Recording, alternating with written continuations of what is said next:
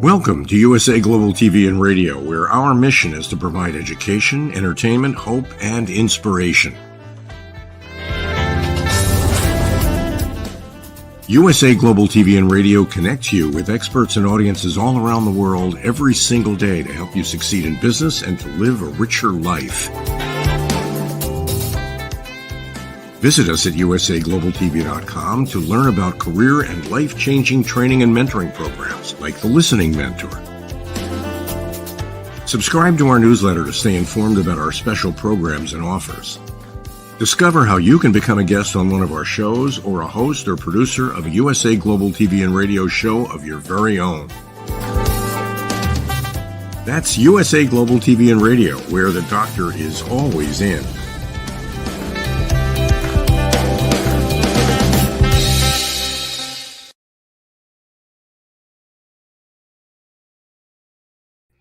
Hello and welcome home to USA Global TV and Radio. I'm Dr. JACALYN KERBECK, and our show today is the Corner Bookstore. And as you may recall, the first Thursday of every month, we have our special friend and co-host, Mr. Red O'Loughlin, who is here with me today. We're going to be discussing his latest work, The Essential New Author's Guide, a comprehensive checklist for writing and publishing your book on time and within budget. You may also be aware that Red is a huge part of our platform here. He is a co-host on he has his own show on Talking Heads. He's a co-host on The Wise Ones, and he has a new show coming. He's also an incredible publisher, and he has helped me with every one of my books to become a number one new release or number one bestseller. Let's welcome Red to the show. Red, come on out. Hello. Howdy, y'all. Just another wonderful day down here in paradise. Little P here in the Houston, Texas area. Are you sweating it out there? Actually, it's calmed off quite a bit. We're down in the low to mid 90s. Heat factor still about 108 to 116, but not necessarily cooler. But fortunately, we're going to get some triple digit weather coming back up again. And for those who don't know me, I love hot, flat, and humid. That's just the way I've always been. To me, a nice night is like 84 degrees. Leave the windows open, I'm fine. Daytime, if it pushes 100, so what? But regardless, that's me. That's what I like. I like when I look out and the highest thing in sight's a curb. I like it flat. So if I have humidity, flatness, and hot, I'm in seventh heaven. I'm right there with you, Red, and I think this studio is probably 100 and some degrees right now myself. I feel like I'm outside. But you just celebrated a very special event that many of us will never have the opportunity to do. Tell us about that. Monday was my wife Marilyn and my 55th wedding anniversary. Back about 1968, in fact, January 3rd, I was sitting in front of a Whataburger. She went in with a good friend of mine, best friend of mine at that time, turned out to be a best man at our wedding. They went in to get something. I can't remember why I delayed. Well, I know why I delayed. I had to get the ring out of where it was hidden in the car. And she came out, and I gave her a ring, asked her to marry me. That was about almost 3 years after I had met her. And so that was January 3rd, 1968. We set a date, July 3rd, 6 months later. And July 3rd was very important because at that time where we were both working, July 3rd was a Wednesday.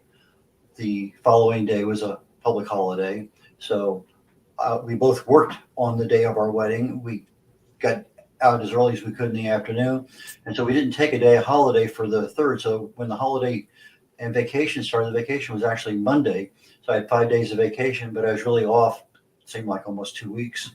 And so we left a little town down south of Corpus Christi and drove up to the coast, spent a couple nights there on the coast, and then went up to Hemisphere in San Antonio, spent a week there, and then came on back and had a very, very delightful honeymoon. We've had, I think, 8 since then that we've gone to various places to celebrate the honeymoon again. In fact, the re-celebration of that very first honeymoon was about 6, 7, 8 years ago. We went back to where we got married in Violet, Texas. We spent a night in Rockport, Texas, where we spent our first night on honeymoon. Then we moved to San Antonio, we drove to San Antonio, did all the things we did at the places that still exist. And then on the way back, we're talking about a movie we had seen called The Way with Martin Sheen. It's about the Camino de Santiago, walking 500 miles across Spain. And on that trip back of that 8th honeymoon, we both came to the conclusion, actually, Marilyn said, if you can guarantee me a private room, private bath every night, I'll consider doing it. And so for the next year, we did nothing but walk. A year later, we ended up in Spain. We took a bus up into France and then walked over the Pyrenees Mountains from France into Spain. And then we walked the rest of the way, 500 miles in 30 days. And that was all a result of that 8th honeymoon that we had taken in and gotten together. But anyway, 55 years as of last Monday, and we had a wonderful, wonderful time. Congratulations, Red. That is an incredible accomplishment. As I mentioned, very few of us will ever see that. So congratulations to you and Marilyn. You are a beautiful couple, and I'm so glad that I can call you my friend. So thanks again. Yeah. You always make me blush a little bit.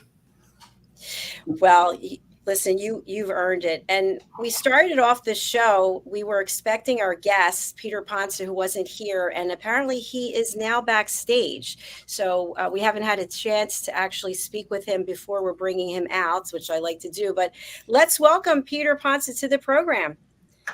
Hi, Peter. Hi, how are you? Nice to have you with us. Where are you joining us from today? Ontario, Canada. Fantastic. Well, welcome to the Corner Bookstore, and I'd like to introduce you to Mr. Red O'Loughlin. Nice to meet you, Red. Hi, Peter.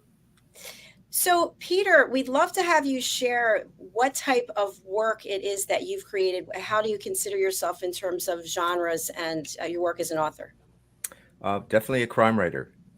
I have liked thrillers and crime writers for a long time. I've had a number of them that I really enjoy, like Daniel Silva, David Baldacci, Child, what's his first name now? Kind of slipped a little bit, but there's a number of them. And I've also joined the Canadian Crime Writers of Canada, which is a wonderful group. They're all pretty well crime writers, and there's a large group of us here in Canada, and we're all basically writing the same genre. So it's one that I feel comfortable with. I have to say, it's one of my favorites. Yeah. So do you have to have somewhat of a twisted mind to be writing about crime? I mean, I love watching crime shows as well. So Well, I don't know. Maybe you do a little bit. What do you think, Red? I don't know. I think that sometimes you do have to have a little bit of an imagination, but yeah, you sometimes have to dig deep into the psyche of some of these criminals and find out what drives them and what psychology is involved behind them and what motivates them. And then you have to turn that around and find out about your protagonist and make sure that he understands these people and tries to straighten the whole situation out. So yeah, it's fun. Well, I think there's a little bit of difference sometimes between when we're reading the book and we're mentally absorbing everything that we're seeing, and when we actually see it on the screen. My wife and I were watching a movie the other night, last night, and she knew, whether it was body language, it was something, but she knew who the bad guy was, even though he wasn't manifesting it, but it was just something about that way that character was doing. I'm not sure that I would catch that in the book, although you read the mind sometimes of the characters, and you have to be very careful, I think. I am not a fiction writer. I have one book I'm working on from one of my last missions flying on Russian submarines out in the Atlantic during the Cold War. And I'm putting together the dialogue. But when you have those different characters and you're trying to get inside their minds, that's a pretty tough thing to keep straight all the time, I would imagine. Yes. I mean, when I first start with these characters, I do a profile on them. And sometimes I go so far as to even do their horoscope, because the horoscope really can tell you a lot about what kind of people they are. But then we start to look about whether they were in trouble when they were younger, how were their parents, and then you can try to extrapolate whether they were a little corrupted for one reason or another, and that kind of follows them through life. But then there's always that other aspect that sometimes people can be criminals, but they can do it instantly, like the manslaughter type of situation where all of a sudden you just lose your mind. And usually this is something that happens with married couples if there's infidelity or something. That's one crime. And then there's other crimes that are plotted and other crimes that just happen because they happen. But when you look at the psychology of these people, you really have to look at where they came from and how they developed over time. And a lot of times they can be good people. They can actually be family. They can have family members. They can be married. They can be, but on the other side, they've got this sinister, twisted part to them that makes them so interesting, you see. Peter, that's really fascinating in terms of the file that you created and the research that you do. So how far in advance do you have to start working on this before you actually start writing? Or are you doing them simultaneously? Well, actually, I try to get my characters lined up first. And I find afterwards that there may be auxiliary characters that fit in because otherwise you are not going to be able to have a full story. So, Yeah. And so I like what you also just said, that especially for watching something on television or for reading in a book, there has to be something likable about that character, because at least what I found, you start to really like them and then you find out, oh no, not that I loved you, I like you, and now you're this terrible person. So when you're writing, do you get your audience to buy in to like the character, and then you do a twist? uh, well, in the first book, I didn't. I started right off with him being a very sinister gambler and triad gang member right from the beginning. And of course, the other person was a culture minister. I think I tried to portray a balance between good and evil, even though there was a streak in the culture minister that was a little bit bad, but he had a reason for being that way because he was looking at bringing back cultural. He was a Chinese minister of culture, so I'll make that clear that he was looking for getting back some of the artifacts that were taken away over the years. So his idea of doing that was with there's no holds barred. He would get it in any way he possibly could. But on the other hand, he was a poet and a laureate, and he was well liked because he did improve the culture for the country. So there's that conflict. But then on the other hand, you have this triad member who's a real sinister man who is working together with these two. And it's kind of a symbiotic racial relationship, but it's not really a truly a sincere one because there's always this conflict. One may turn against the other, you see. Thank you, Peter. I want to talk more about your writing, but you were doing a different type of writing in an industry that I love going to the dentist. I know it must be something wrong with me, but tell us about your experience in the dental industry. I was a dental technician for many, many years before I started my dental supply company. And that was a bit of a fluke because we were in Europe with my mother-in-law. She hadn't been back to Holland since she was a young lady. So we took her, my wife and I, and they apparently got lost. And they decided they were going to go to something called the VVV, which is basically like the AA. And I decided, like, wait a minute, there's something in the, like, saw this tooth in the window, and I decided to say, you guys go, I'm going to go visit. So I dropped into this dental lab, and I was really interested to see how, on this side of the big pond, how these people were living and what kind of lifestyle they had and whatever. While I was there, he showed me some products I had never seen before. And so when I got back home, I made some inquiries to the company. The company was out of Germany. And they told me they had a North American distributor. And I said, well, I don't think they're doing a good job because I've been in Canada for most of my career. I've never seen these products here.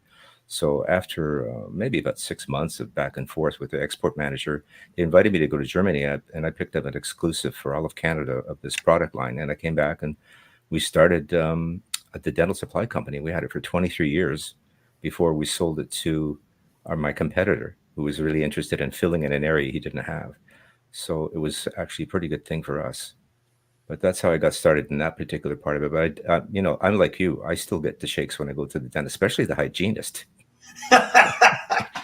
I absolutely love it because I want to get gold stars because I it sounds crazy, but I brush my teeth 5 times a day. I floss 5 times a day, mouthwash. But anyway, enough of that. So you started doing some writing for the dental industry. Can you tell us about that? Yes, I started. Well, a friend of mine was involved with the Dental Technicians Association. They had a magazine, like a association magazine. He asked me to write some articles, and I did do some technical articles, and then that started moving a little further along. I had later on when we started working in the advertising area and marketing area of our company, I met a gentleman who had a journal and many. He had, after a while, he became quite well known in the North America, and he ended up with about 7 or 8 different journals. But at one time, he was just the one, and we used him primarily for advertising, and he would ask me if I would put an accompanying article with it. So that was how we did our marketing at one point, and then that started growing until I started writing a lot of articles, and some became clinical, technical articles, because basically the company I was representing wouldn't have anyone involved unless they knew they had a dental background, which made me kind of valuable for them and also valuable for my own company. So we did do a lot of treatment planning and things like that, and that made it into the magazines and the journals across Canada. Besides the fact that I also wrote my own newsletter, and we had our own printer in-house, and so we were printing these and they were going out, I think, quarterly to our customers. So yeah, that's where I really started writing, and I found there was a bit of a change between going from that to fiction writing. That was going to be my next question, but I'm going to go over to Red because I could ask a zillion questions. Now, that was kind of the direction I wanted to go into, because just writing is writing, but when you start having characters and locations and time frames and a plot and subplots and all these other things in there, is this something that you developed and became better at, or did you get some formal training? I know when I was doing a little bit of research on you, it looked like you did actually go out and get some formal training on this, if I remember correctly. Yes, I did. At first, I started with just learning by going to a few workshops. In fact, as a matter of fact, how it started was there was a workshop by a gentleman called Richard Scarsbrook, who writes a lot of youth books, and he was at the library the same day we pretty well signed the paperwork, and I signed up for this workshop, and my wife was kind of scratching her head. You just jumped out of one thing and into something else. I said, well, why not? Let's get going.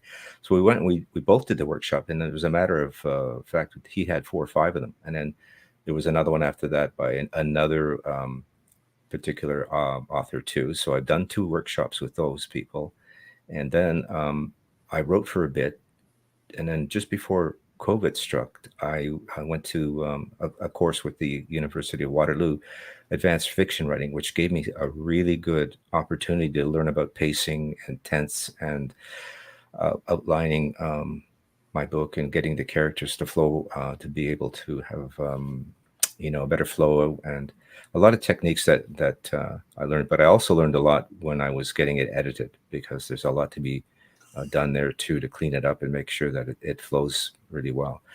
But yeah, it did help me. I think that I've had a lot of people say that it's been written well, and I'm really glad to hear that, because sometimes I always have my doubts. Peter, when you started writing in this venue as opposed to for dental supply industry, did you start out thinking, okay, I want to be rich from writing books, or I want to have some type of credibility, or I'm looking to get into a new group of people? Like, what was your motivation to start? Yeah, it was to leave a legacy, actually. And I'd already, after selling the business, well, we were, I think, we retired from the business, so we were okay. I wasn't concerned about making money selling books, because I was doing it for the passion of it, and I did want to leave something behind besides the legacy of our business that we sold.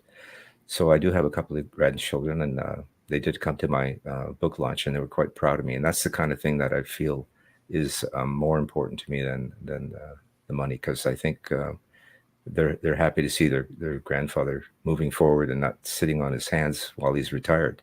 And that's been giving me the pleasure that I like about this writing that I'm doing. The pandemic down here in the States really put a kibosh on all of that kinds of launches that we used to be able to have, where you sit and sign and everybody came by. I'm assuming Canada was no different, that you had kind of a hiatus for a period of time where the in-person stuff just did not happen.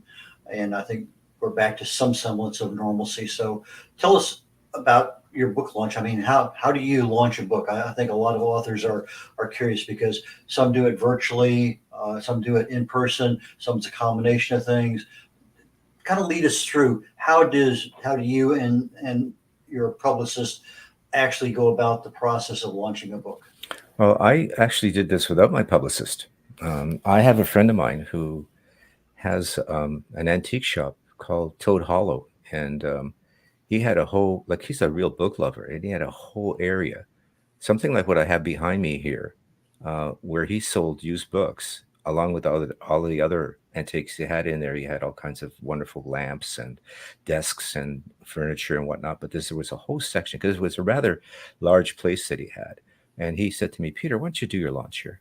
I mean, it could be wonderful. It could be different. It's got the ambiance. So what we did was we brought in all of the couches that were the antique couches and we put them all the way around the books shelf area. I had a very close friend who was also an author, and she decided that she would help me. I said, can you give me a Q&A program? So we came in and we got everything ready. We got the books ready. Everything was organized. We had brought in some cheese and some crackers and some pastries and whatnot. We laid out a table. And some people thought, well, can we have some wine? Well, I didn't want to get everybody too tipsy. So we did have a little bit of wine for the people who did want it. And then we got everybody comfortable. And then we did something for the indigenous people to acknowledge the land. And then we started with the Q&A. The Q&A went quite well. Diane, who was my co-host, basically, asked me a lot of questions about how I started, where I started. And I think we had about maybe close to 35 to 40 people there. And it was word of mouth. And we did advertise a little bit around town. And I had also a friend who was a potter in the same area, and he had a piano, and he decided that he would help me. So he played a little bit of jazz for us, and he also brought in a saxophone guy. So we had a little bit of music to kind of keep the thing going until we started the actual launch. And then when we finally finished the launch, people were kind of getting in line to get the book signed, and we had a line of people getting the book, and my wife took the money. I did the signing, and it actually was really, really well. We decided to organize it in such a way that it was going to flow well, and people were going to have a nice little afternoon, and it turned out really, really well. I'm going to do the same thing for my second book when I decide to launch it. I may do the same place, and we'll do the same format. I thought it was really pretty good. Yeah. It sounds like a really nice event. Yeah. Did you actually read from your book, or you took questions and? Oh, no, I did read. Yes, I did. Yeah. Oh, I should have mentioned that, but I did read from the book as well, too. Yes. Yeah. Fantastic.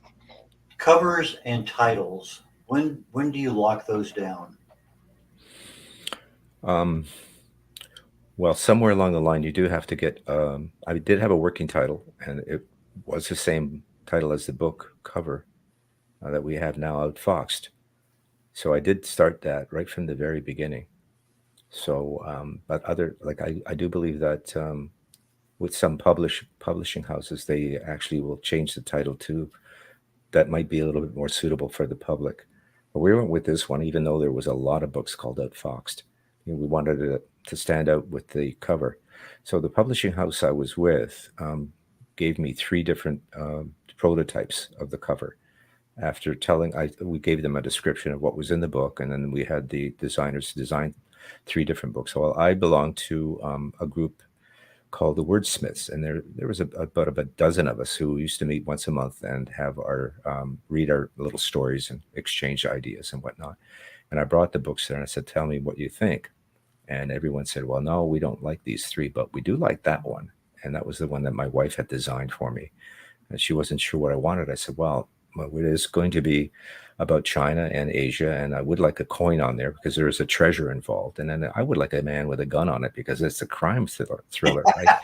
So we found a couple of pictures, put it together, and the publishing company did a very, very good job of copying what we wanted. And then we've had some very good comments on the cover, and I'm very happy that my wife did it for us because she was in charge of our website when we were in business, and she did a lot of the graphic work for our newsletter too. So it was a bonus having her along, to tell you the truth. But Peter, do you have your book there with you? I do. Yes, I do. Yeah. This is Outfoxed right there. There you go. Fabulous. Yeah. Well, we'd love to have you read from there if you'd like to. Okay. Let's see. I do have a sheet here with a little. Now, Is about 5 minutes good enough? Sure. Perfect. Okay. Thank you. Okay, this is from chapter 11. Hong Kong in December was cool but not cold, and the lack of humidity made it comfortable. The blue sky looked exceptionally serene to William as he stepped outside of the Potager Hotel in central Hong Kong. William got off the phone with Patrick Riley, his new partner and legal attaché from the FBI. John Abbott seemed to be thrilled about being part of a United Defense team. William was hoping his new partner was up to the task. He wondered if he was a seasoned professional or a newly minted graduate from the academy. William stepped around a crowd of shoppers in the road as he made his way towards the rendezvous at the Gecko Lounge and Wine Bar. As he entered Urza's lane, mellow sounds of bongos echoed between the walls and vibrated right through him, drawing him closer to his destination.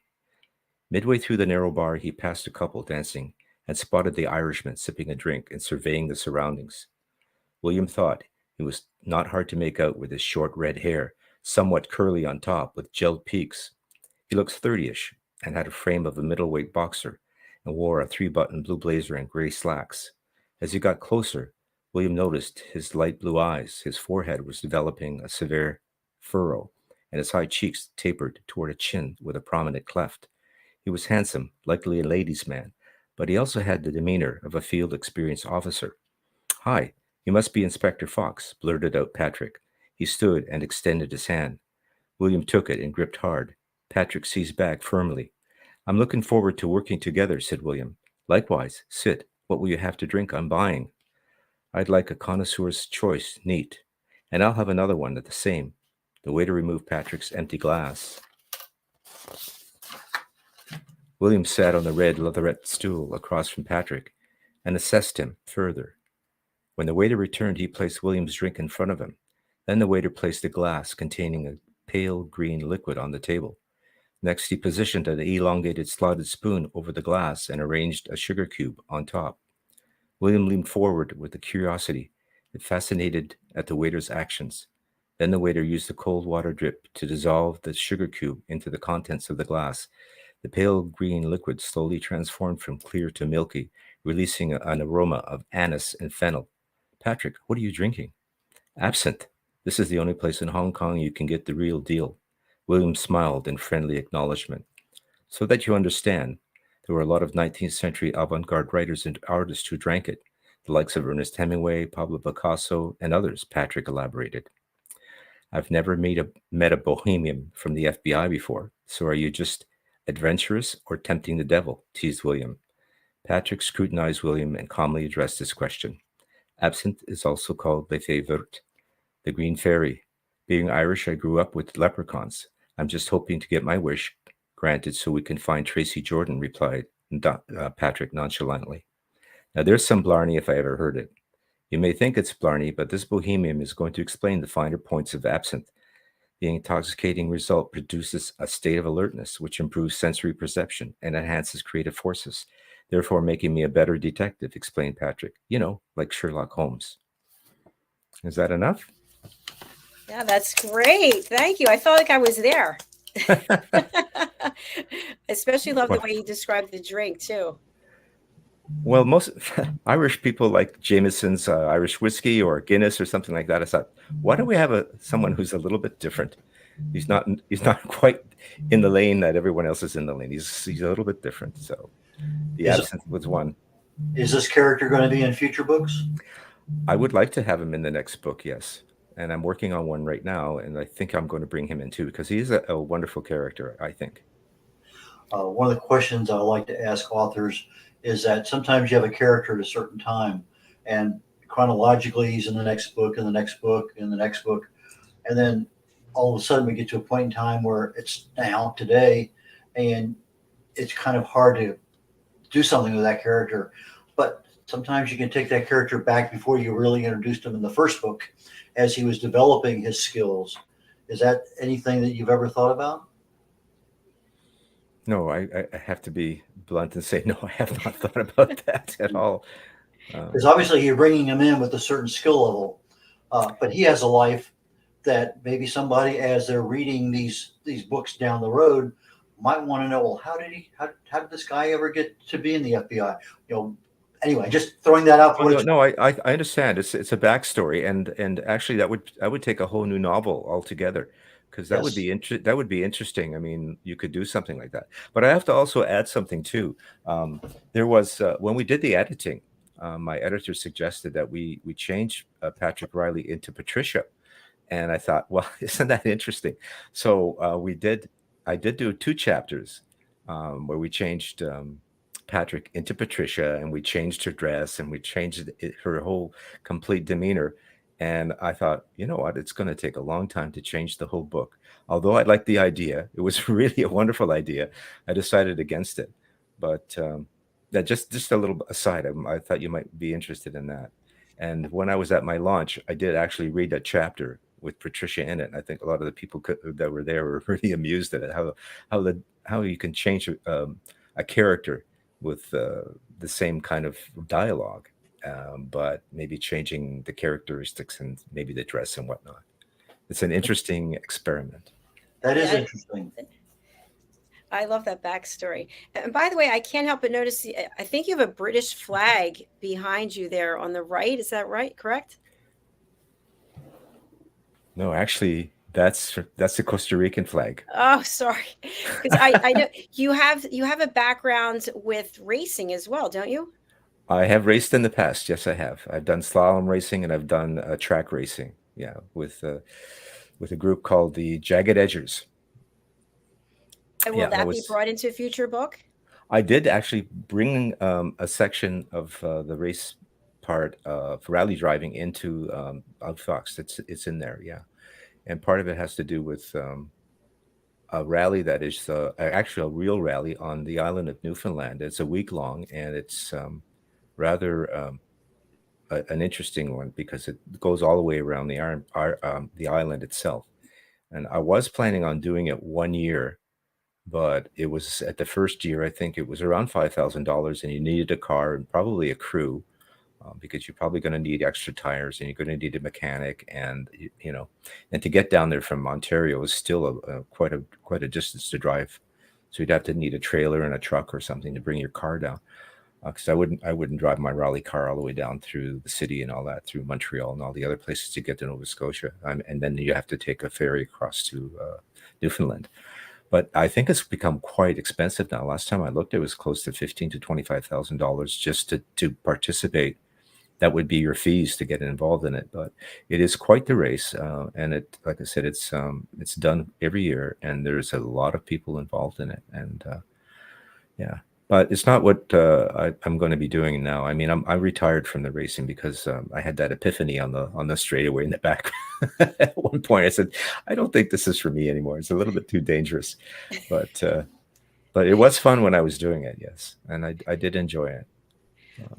What does that feel like to go that fast, knowing that you put your life at risk? It's exciting. It really is exciting. I mean, you have to understand that we built those cars. There was about 10 of us, and we got involved with something called chump car racing because it was affordable. The sport was very expensive for most people to get involved in. So chump car was developed in the United States, where you could buy a car for $500 and get it passed by the examiners. But you needed to have roll bars, and you needed to be safety switches for the batteries and the gasoline. You had to have those on, and you had to have Nomex fire suits and helmets and everything like that. So you can imagine it was a little bit of an outlay, but we managed to swing it. And we would take a car and we would strip it. We'd take everything out of it. I remember working on it for over the winter, taking out the seats, and then we were weighing them too. We would stand we'd pick up the seats and we'd stand on scales and weigh them and think, well, okay, we're reducing it by so much. And we finally got it down to the bare minimums. And then with the mufflers, they were straight through. We didn't put any mufflers on them. There's just a straight pipe. We had an XJS Jaguar, and we kept the 12-cylinder in it, and then we put a roll cage in it. And then you can imagine being in it with Nomex underwear and a Nomex suit and gloves and boots and a helmet, and you're strapped in with a 5-point harness, and you can hardly move, and you're steering it like. And then of course, when you start picking up speed, especially with the V12, it was really awesome. And then hitting the corners, going through the chicane, and following the line. I mean, you would get pretty excited, and the adrenaline is pretty pumping through your body. It's really exciting. It's like, I suppose you could have the same feeling on a roller coaster. It's pretty well the same kind of idea. You get that thrill going down there, and then your whole body is just shaking with the adrenaline. It is very exciting, but you have to keep your mind very clear, because any mistake you make can put you in a dire straits. So, but I do remember we had a lot of fun with the team, and I remember one time I ended up with a flat tire in midfield, and they came to get me they said, don't leave the car, just stay there. And they towed me around, and they brought me into the pits, and then they said, just stay there, we'll fix the tire. And then my manager came in and popped his head in the window. He says, it's still considered a lap, don't worry. I said, okay, that's great. Because they count the laps, right? You have to make sure that you have all the laps. So we did have a lot of fun that way. And there was another time when I did I was in a corner taking the chicane, which is that little bumpy part when you go around, and some guy in a Honda came in front of me and banged me right in the front fender and left a dent about the size of a football. I came back and I talked to my manager. I said, should we make it a complaint? Because it's supposed to be a safety sport. And he said, no, let's in the spirit of good camaraderie, let's just leave it. And I said, okay, no problem. The car got dented, big deal, but I'm still alive. So it wasn't so bad at all. But we've had some good experiences too, with the club. And then of course there's the slalom racing, which is a little bit different. We did that with the North American Jaguar Association. And I've raced in Cleveland, I think it was in Cleveland, and Columbus, Ohio, and of course up in Canada. And but yeah, so I still have my old car. It was a 1997 XK8, which I used to use for my track car. And that's where I did all my training when I was going to the track to learn how to drive on the track. And I still have it around. What a great background you have. I love it. It's so diverse. Yeah. Thank you. Have you ever done any radio? You've got a really smooth voice. You could be a great radio broadcaster. No, I have not done any radio. No. Oh, yeah, thank you for that compliment. I'm going to tell my wife. She's going to be really pleased about that. So, in addition to what you share with us about your book, what are some key takeaways that you want the audience to have as a result of reading it? Well, I just hope they enjoy themselves.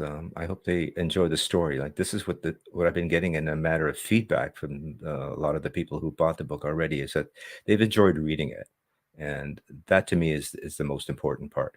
It was laid out as an adventure story, somewhat along the lines that of Clive Cussler, who was one of the fellows that I really used to like at the beginning of my reading journey. And it's developed in such a way that it is an adventure with a treasure, and most of Clive Cussler's books were modeled that way. So, of course, I got a little bit political in the fact that I do bring in the Chinese state security, and I do have hostages, and I do have kidnappings, and I have exchanges and stuff like that. So it is a bit current, considering the situation with China and the downing of the balloon, the spy balloon, and things like that. So it does have a little bit of modern intrigue to it too. So they might find there is something that's rather fresh in the political intrigue, which I'm also going to try to inject into my next novel as well, and keep it current. Sounds very exciting, Peter. I can't wait to purchase a copy. How can people do that?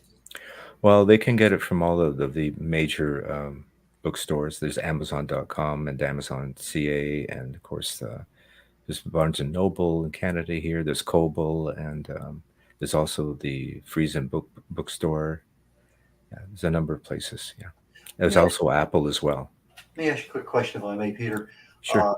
I've been working with a couple clients, and because they're outside the United States, sometimes they have difficulty getting some of the books that we produce in the United States. Have you ever had a problem with that, or anybody that you know of have a problem getting copies of books that are typically available to anybody in the United States on Amazon? I haven't really, no. Okay. I'm just curious, that's all. Yeah, the only trouble I've had is basically trying to find some books that are like hard copy, and there's only digital books left, and I would like to have a real hard copy of it. And of course, some of them are very expensive because they're rare, so they're unfortunate. But that's the only stumbles I've had in regards to finding books on the internet. Yeah. Okay, thank you. Yeah. Thank you, Peter. We've actually come to the end of the show. We do have your banner that has your Facebook, it has your Instagram and your Twitter. If somebody wants to reach out to you personally and connect with you, what's the best way for them to do that? And who would you like to reach out? Well, anyone who's interested in crime thrillers that are would like to see, I have a blog on my website that I try to reach everyone with, and you can reach me at peterthomasponsa.com, peterthomasponsa.com, and pretty well all the information about me would be there. So. Thank you, Peter. And if you would kindly just drop your email in the chat so that we can post it for our audience, that would be great. Okay. Thank you. Let's see if I can do that. And Red, how would you like people to contact you, and who would you like to contact you? My primary method of contact is email and phone number. I have that available on my website, which is redolaughlin.com. Red like the color, R-E-D, O'Laughlin, O-L-A-U-G-H-L-I-N. So redolaughlin.com. On the banner there is my information for contact. Give me a call on the phone. Send me an email, and that's the primary way. I can help people with their books, their publishing. Those are two primary ways that I help people. Thank you very much, Red. And thank you very much, Peter. It's been an absolute pleasure having you here today. Thank you. Thank you. And hopefully you'll come back and see us in one of our other shows. We have about 40 shows to choose from, so we'd love to talk to you more. And our show today has been brought to us in part by the lovely, wonderful Diane Floyd Boehm, who you can find here in the Corner Bookstore on Thursdays, except for the first Thursday of the month, when we have Mr. Red O'Laughlin here with us. So thank you so much, Diane. Let's take a look at Diane's sponsorship. USA Global TV and Radio presents international award-winning author, speaker, educator, Diane Floyd Boehm. I want to thank everybody for joining us today on this special edition of the Corner Bookstore, USA Global TV, and we're talking with the co-host of the Corner Bookstore, Diane Floyd Boehm today, who is herself an author of many books, not just children's books, but also books for adults. Diane, welcome to the Corner Bookstore. Everyone should have their own library. Even children should start developing their library and know that what happens in a garden, it grows. And I want their library to grow. And never, ever get rid of a book, because what you might have enjoyed as a child reading and having lovely memories of your parents reading as you get older, you'll grow to cherish those books in another way. My specialty is to help people realize that we are all storytellers, and that if you have this yearning to get this story out, but you don't know how to get started, I want to be the person that you can come to, you can feel comfortable with. I'll learn your personality. We'll just go and have itty bitty baby steps, just like in my book, A Time to Fly. Before you know it, the young new author is ready to fly to and go to super professional coaches. Diane's books are available now at dianefloydboehm.com. Charlie and the Tire Swing, How It Began. A Time to Fly. A Song of Peace. Rise, a Girl's Struggle for More. Harry the Camel. The Little Girl in the Moon. The Little Girl in the Moon, Moxie and Tycho Town. Moon League Adventures, The Serengeti. And I'm saying, go for it.